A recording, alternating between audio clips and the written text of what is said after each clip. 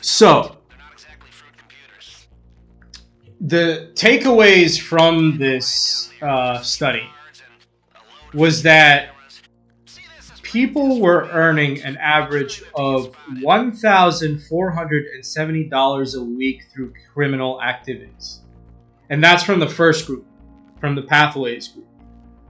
So, from the group that was comprised of 368 individuals that started and were convicted of the felony from the ages of 14 to 17. And then, after that felony, they went down that path. They ended up making, at age of 21, they ended up making roughly $1,470 a week. Which is, again, this isn't necessary to survive. You could survive on a lot less than that every week. Yeah. So this was going overboard, for the study. And the individuals participating in the other project, the NSW project, were reporting earnings of $914 a week on average. So that's the 1,189 people were earning an average of $914 a week. Again, not necessary to survive. It's a lot of money for just paying the bills. Also, how do we don't really necessarily know their situation either. I mean, yeah, some of them could be going overboard, but some might actually have to support a full their brothers and sisters, a full family. I know some people like that. But so, okay, say you're right, and say they have a big family to support. You want to tell me they can't figure out a way to do just that with a lot less money? Isn't $1,000 a week? That's $4,000 a month. Isn't that a bit much? Honestly, for some people in some states as well, it varies out here. It might not. This was in Pennsylvania and Maryland. Oh, okay, yeah. Well, yeah, I'm not sure the cost of living out there, but I can tell you it's a lot less than California. That's for sure. I can tell you it's a lot less than California. That's for sure. That's a lot Florida, for California. That's a lot for here. Yeah, for sure. But I don't know about other places. Because out here you can get a whole spot, a whole house, really, for $1,200 a month. $1,200 a month. Yeah. And so you could work a minimum wage job, a basic salary job, and still be able to support a family, support a household. The fact that the average of the people that were brought in for this study make that much money. Personally, maybe you see it from another perspective, but personally, I think that's more than they need. If all of these people are making an average of that much money a week, I feel like it's more than they need. I feel like maybe they started making money, they realized, how easy it is, they accepted that, they're doing something wrong, they just don't care, they'd rather make the money and just keep building stacks, and so they end up going that route and accepting that route for what it is, right? That's true. I'm probably taking it or going even further. Exactly, that's what I'm saying. So it didn't start just to, for them to collect themselves, to compose their household, or whatever the case may be. No, they kept going, right? Because the study included people within a significant time frame. So the people from the Pathway study, for example, they were just people who started committing felonies at the age of 14 and 17. And then when they were finally brought in, they were 21 years old. So from the age of 14 to 21 years old, this is how much that they were making a week. And that goes back to what you were saying as well, about how the culture around music is set up. A lot of people want to live this certain lifestyle, so they do these things. Exactly. Because they feel that's the cooler thing. And again, that goes back to what I was saying as well. where I mostly blame the system for this. I mostly blame the system that's ruining these people's minds, right? And the people behind the system, the people regulating the system. And funny enough, within the study, 83% of the interviews with the Pathways participants. So the Pathways participants were the ones that, starting from 14 and 17 up to 21 years of age, they reported selling drugs for money. 83% of them were selling drugs for money. So, this has become sort of a new fad, it seems. Yeah. Listening to the songs about Molly, about smoking weed, about all that, it made them. This wasn't like the state of the world. If you look 10, 20, 30 years before, 30 years ago, this wasn't the state of the world, where drugs were just so casually talked about, so casually used. They were there. But it wasn't allowed to be where 14-year-old kids up to 21-year-old kids were making bank from selling those drugs. The media, actual kids too. The media attention, the music, the videos, the movies. This promoted it in such a way where it's just now it's become normal. Now you could be in a group of people who don't even need to be struggling at all. You could be in college and you would have like two of your roommates selling drugs. One selling shrooms, the other one selling weed. That's just the norm now. You know what I mean? In 12% of the interviews, they reported engaging in robbery. So only 12% were stealing. Respondents said that they made money through burglary in 41% of the interviews. About 26% of Pathways interviewees said they engaged in at least one of the following crimes: shoplifting, buying, receiving, selling property, using checks, credit cards illegally, stealing a car or motorcycle, stealing something worth more than $100, and entering a building to steal. What do you think about scammers? Scammers, well, that's do you feel like they have a reason to do that, or there's some people that are also doing it because they think it's cool or it's an easy way to make money?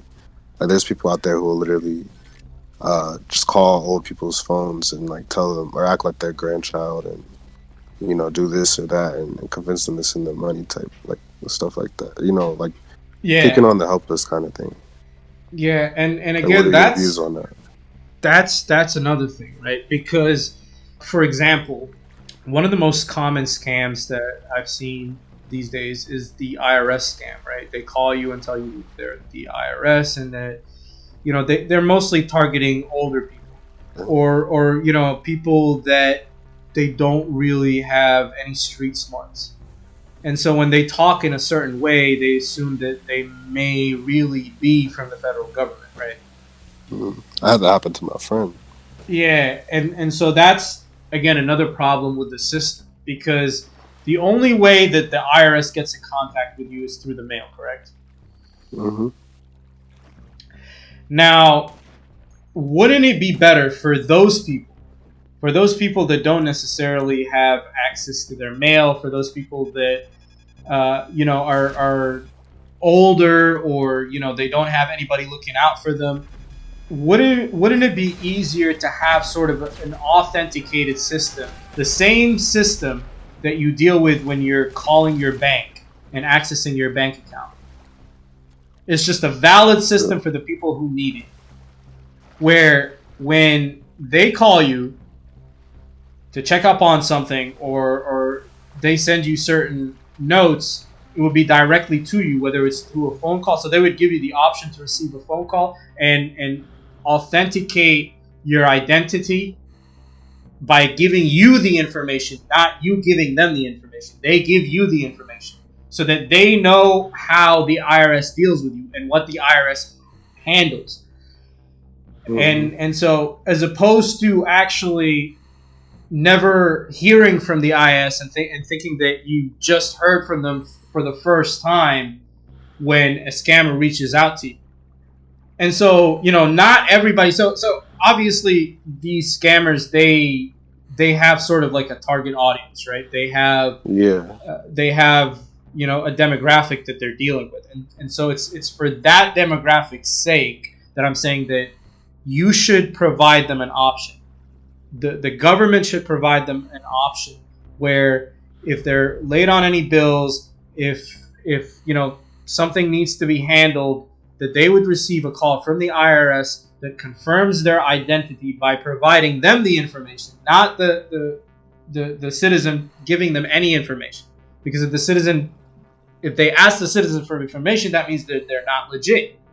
But if they already have the information that's needed, including the tax ID number and whatnot, then it makes sense that it could actually be the IRS. And they would have their own number. Like, don't tell me they can't afford this, because they can't. Yeah, exactly. Like, where does all our tax money go? It's literally the treasury. Like, so, having their own secure line, having their own secure number that shows up for the people that require this service would be a really good way to start. But that's just one of many crimes. Now, it's not one of the biggest crimes. Like, scamming is obviously a crime, but it's not as big as selling drugs and robbing people and breaking and entering and all of that. I feel like those crimes sort of take the spotlight when it comes to harming someone else. About 44% of Pathways participants did not complete high school. Participants reported working a traditional job an average of 11 weeks over a 1-year period. It seems that education plays a part in this. And, it feels also like... goes right back to the system, though. Well, yeah, that's true. That's true. The system not paying the teachers enough, not taking care of the schools, making sure everybody is learning properly. I don't know if you noticed, even people who graduate high school, so 44% of them, they never completed high school. But even the ones that complete high school, most of them, they haven't learned shit. Most of them don't know anything about how anything works, whether it's math, science, whatever the subject may be. And so they struggle to actually get further in life simply because their teachers just let them be. They couldn't care enough for their students because they're not motivated to care enough. They're not giving the proper means of living. And so most of them hate what they do. Most of them hate their jobs. And so I feel like, despite the numbers that we're seeing here, I feel like education does play a big part in it. Because if you're smart enough to get any other job, if you're smart enough to do anything else, if you have the education, if you have the means to do anything else, I feel like most of these criminals would not resort to crime, would try to polish that skill that they got in school, would try to find something else, do like study something else, write something, read something, be innovative. There's so many ways to make money online too. Exactly. Be innovative. Be creative about it. Mm-hmm. And you're right. This does lead back to the system needing to work on setting better educational standards. And 55% of interviews with NSW participants, they reported selling drugs to earn money. In slightly more than 8% of interviews, they reported engaging in robbery. An estimated 38% of participants said they had engaged in other income-generating crimes such as pickpocketing, selling weapons, embezzling, selling stolen vehicles, and forging stolen checks.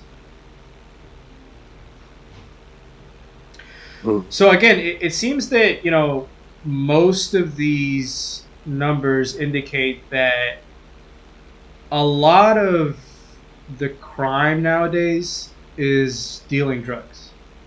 Drugs have Yeah. become such a blatant pandemic upon our community that it feels like everyone is always in need of supply for it.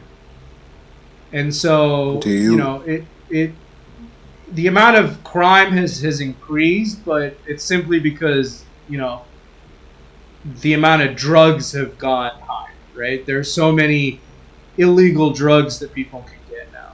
And there are so many new drugs that are coming out. And so, yeah. like, you know, the people who were always robbing are still robbing. They might have a side hustle where they're selling drugs on the side.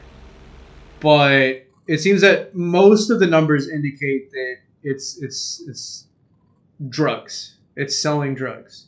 And that's what people are mostly being caught doing.